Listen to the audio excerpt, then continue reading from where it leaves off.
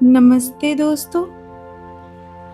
आज हम एक ऐसे विषय पर मंथन करने जा रहे हैं जो हम सभी के अस्तित्व की गहराई में बसा है, हमारी भावनाएं।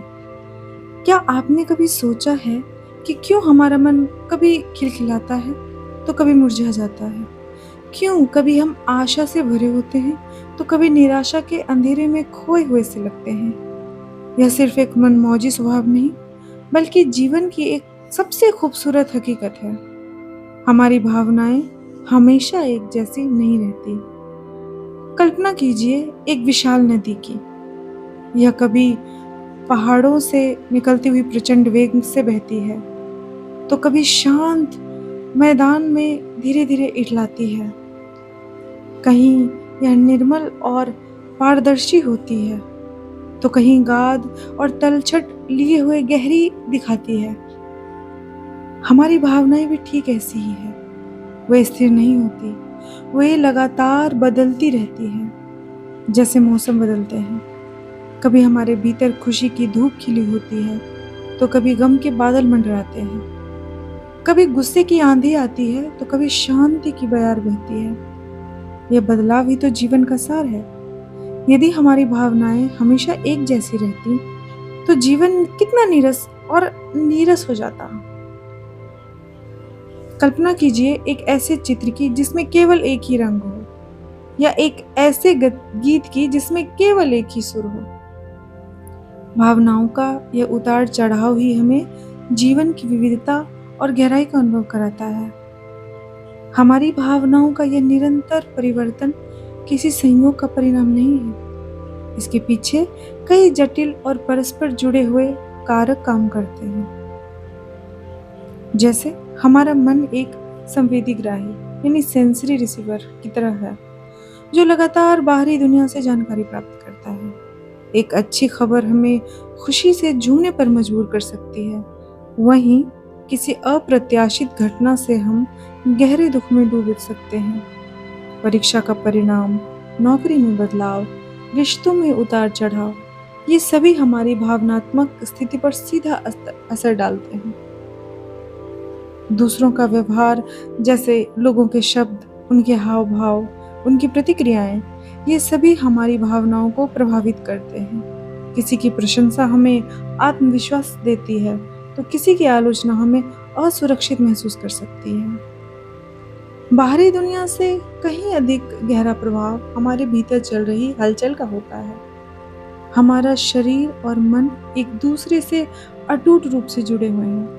नींद की कमी, खराब पोषण, बीमारी, हार्मोनल बदलाव जैसे तनाव हार्मोन या मासिक धर्म चक्र, ये सभी हमारी भावनात्मक स्थिरता को बुरी तरह प्रभावित करते हैं।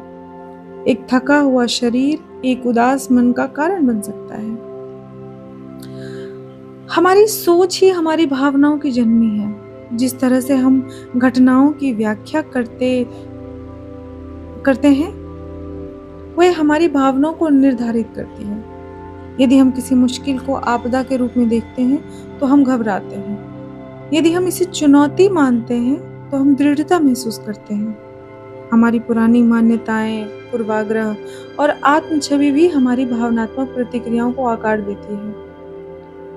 बहुत सारे मामलों में जैसे हमारे अतीत के अनुभव, चाहे वे सुखद हो या दुखद, हमारी वर्तमान भावनाओं को रंगते हैं। बचपन की कोई मीठी याद अचानक हमें खुश कर सकती है, वहीं कोई बुरा अनुभव हमें भयभीत या चिंतित कर सकता है। जब हमारी उम्मीदें पूरी नहीं होती या हमारी इच्छाएं अधूरी रह जाती है, तो निराशा, गुस्सा या उदासी जैसी भावनाएं उभर सकती हैं। हमारी भावनाएं स्थिर नहीं रहती, क्योंकि हम स्वयं भी स्थिर नहीं हैं। जैसे जैसे हम बड़े होते हैं, सीखते हैं और अनुभव प्राप्त करते हैं, हमारी भावनात्मक परिपक्वता भी बढ़ती है। हम अपनी भावनाओं को बेहतर ढंग से समझना और उनसे निपटना सीखते हैं। जीवन के विभिन्न चरण, बचपन, किशोरावस्था, युवावस्था, बुढ़ापा, अपने साथ अलग अलग चुनौतियां और अनुभव लाते हैं, जो हमारी भावनात्मक दुनिया को लगातार नया आकार देते हैं। यह स्वीकार करना कि हमारी भावनाएं हमेशा एक जैसी नहीं रहती, यह एक बहुत बड़ा कदम है। लेकिन इससे भी महत्वपूर्ण है उन्हें समझना और उनके साथ सद्भाव से जीना। जब कोई भावना उभरती है तो उसे दबाएं नहीं, उसे महसूस करें और उसे एक नाम दें। क्या यह खुशी है, दुख है, गुस्सा है, डर है, चिंता है या शर्मिंदगी? पहचानना ही पहला कदम है। अपनी भावनाओं को अच्छा या बुरा कहकर उनका न्याय ना करें। सभी भावनाएं वैध हैं। वो सिर्फ जानकारी है जो आपको ये बता रही है कि आपके भीतर क्या चल रहा है। यदि आप उदास हैं तो स्वीकार करें कि आप उदास हैं और खुद को इसके लिए दोषी ना ठहराएं। अपनी शारीरिक जरूरतों का ध्यान रखें, जैसे पर्याप्त नींद लें, पौष्टिक भोजन खाएं और नियमित रूप से व्यायाम करें। एक स्वस्थ शरीर एक स्वस्थ मन को सहारा देता है। ध्यान दें कि आप क्या सोचते हैं। क्या आपकी सोच नकारात्मक या आत्म आलोचनात्मक है? विचारों को चुनौती देना सीखें। क्या यह सच है? क्या कोई और तरीका है जिससे मैं इसे देख सकता हूँ? जब भावनाएं तीव्र हो तो कुछ देर के लिए रुकें, गहरी सांस लें। या आपको अपनी भावनाओं को संसाधित करने और उन पर तुरंत प्रतिक्रिया देने से बचने में मदद करता है। अपनी भावनाओं को बॉटल्ड अप ना करें। उन्हें किसी विश्वसनीय दोस्त, परिवार के सदस्य या थेरेपिस्ट के साथ साझा करें। डायरी लिखना भी एक शानदार तरीका है।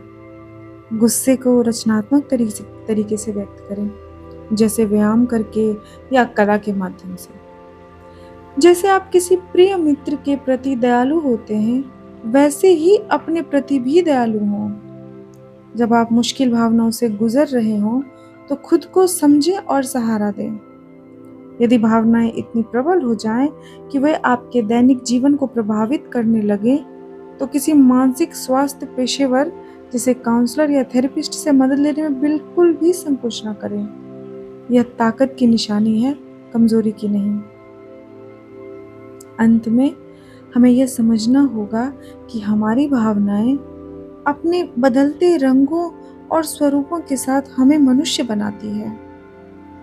वे जीवन के अनुभव को समृद्ध करती है। जैसे एक कलाकार अपने कैनवस पर विभिन्न रंगों का उपयोग करके एक उत्कृष्ट कृति बनाता है, वैसे ही हमारी भावनाएं हमारे जीवन को एक सुंदर और जटिल कलाकृति बनाती है। तो अगली बार जब आप अपनी भावनाओं में बदलाव महसूस करें तो घबराएं नहीं, उन्हें स्वीकार करें, उनसे सीखें और याद रखें, भावनाएं हमेशा एक जैसी नहीं रहती और यही तो जीवन के अप्रत्याशित और खूबसूरत सफर का एक हिस्सा है। आज के लिए बस इतना ही।